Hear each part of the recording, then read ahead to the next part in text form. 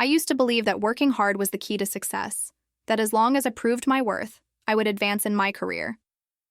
But I was wrong, because in my boss's eyes, there was only one way for a woman to get promoted.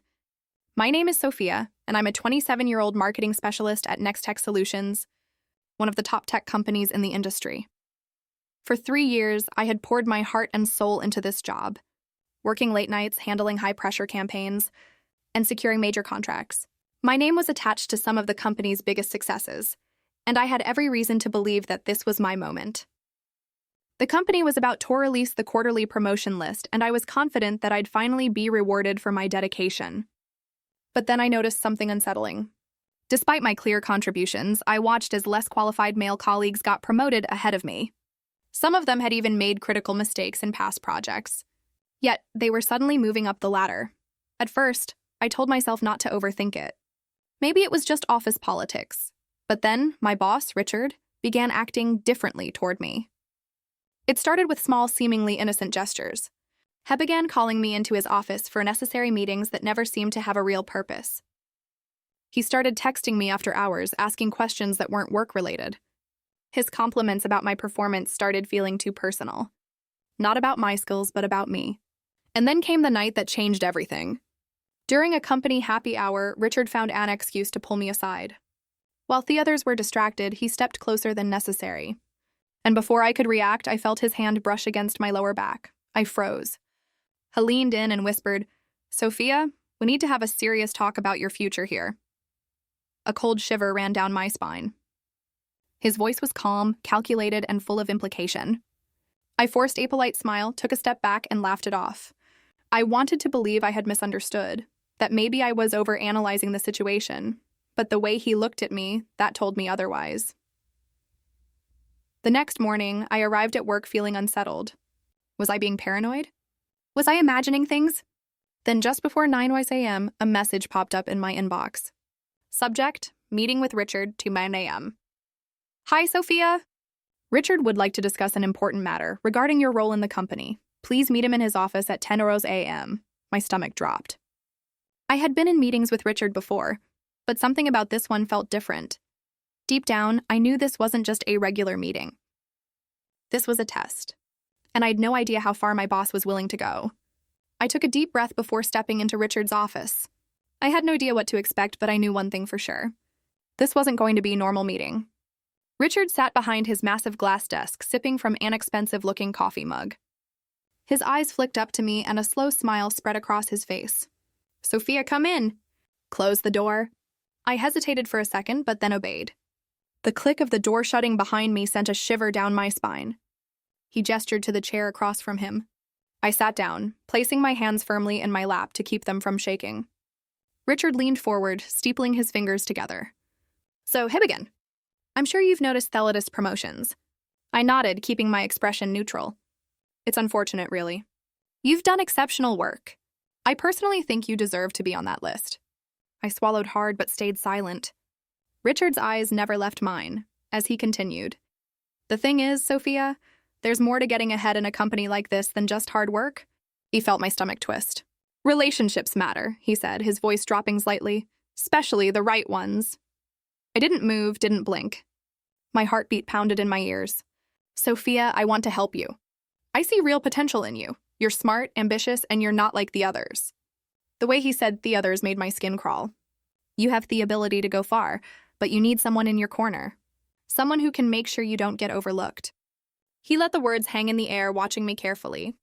I forced my voice to stay steady. "And what exactly would that involve?" Richard leaned back in his chair, exhaling like this was the most natural conversation in the world. "Sophia, let's not pretend. You know how things work." He paused, giving me a knowing smile before continuing. "Many women have been in your position before. Some of them understood how to play the game, and now they're in executive roles." I clenched my fists under the desk. "I could help you.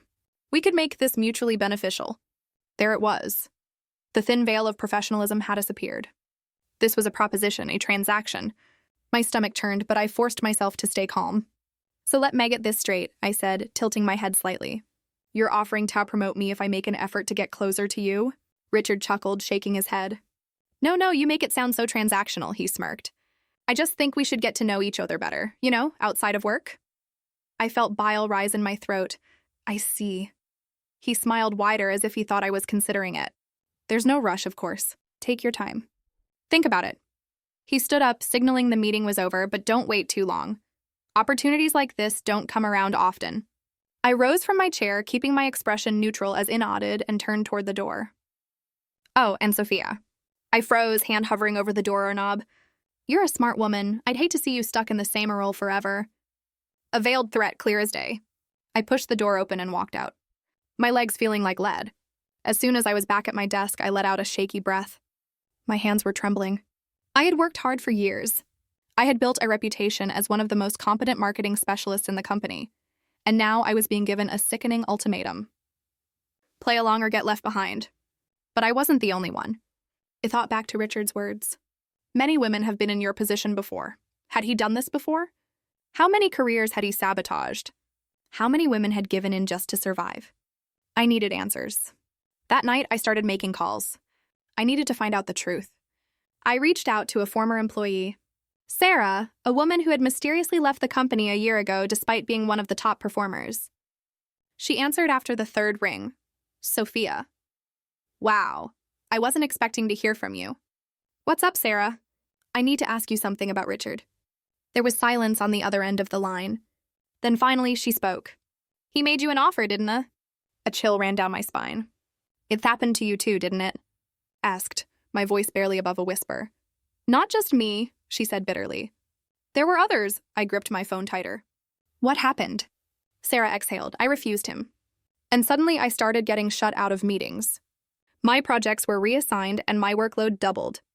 A few months later, E was fired for performance issues. My stomach twisted. Sarah's voice was sharp when she continued. Listen to me, Sophia. If he's targeting you, you need to be careful. Richard doesn't like hearing no. I took a deep breath, my mind racing. This was bigger than just me. Richard was a predator, and he had been getting away with this for years, not anymore. I wasn't going to let this happen to me. I wasn't going to let this happen to anyone else. It was time to fight back. I barely slept that night. My mind kept replaying my conversation with Sarah, each word sinking deeper into my gut. If he's targeting you, you need to be careful. Richard doesn't like hearing no. I knew Sarah wasn't exaggerating. Richard was powerful. He controlled promotions, projects, and ultimately people's careers. If I rejected him outright, what would happen to me? Would I be shut out like Sarah? Would I suddenly become a problematic employee? I had to be smart about this. I needed a plan. The next morning, I arrived at work determined to act as if nothing had happened. But Richard was already making his move. My biggest project, one I had worked on for months, was reassigned without explanation. My workload mysteriously doubled, filled with menial tasks that had nothing to do with my role. Emails I sent to clients were suddenly being lost, and my requests for approvals were ignored. At first, I tried to convince myself that it was just paranoia, but then I saw the email subject reassignment of responsibilities. Hi, Sophia. Due to restructuring, we have decided to shift the leadership of your current campaign to another team. You will be assisting with administrative support instead. Let us know if you have any concerns. Regards, HR Administrative Support. My heart pounded as I read those words over and over. Richard wasn't wasting time. He was making good on his silent threat. Later that day, as I sat at my desk staring blankly at my overflowing inbox, a new message popped up. Richard, I hope you're doing okay, Sophia. I know these changes can be frustrating. If you'd like to talk about it, my door is always open. My stomach twisted. He was toying with me. He wanted me to feel helpless, to feel like my only option was to go back to him and accept his help. I clenched my fists. That was never going to happen. I had already recorded our conversation in his office, but that wasn't enough. I needed undeniable proof that he was systematically targeting me. So I started tracking everything. I took screenshots of my reassigned projects. I documented every instance of work being mysteriously lost. I saved all my emails and forwarded important ones to my personal account. I even confided in a few trusted colleagues. It's weird, one of them admitted. You used to be CC'd on all the marketing decisions. Now it's like you don't even exist. Exactly. Richard wasn't just punishing me. He was erasing me. That afternoon, I was sitting in the break room staring at my coffee when someone sat down across from. I looked up and saw Lisa, the head of HR. Hey, she said, careful.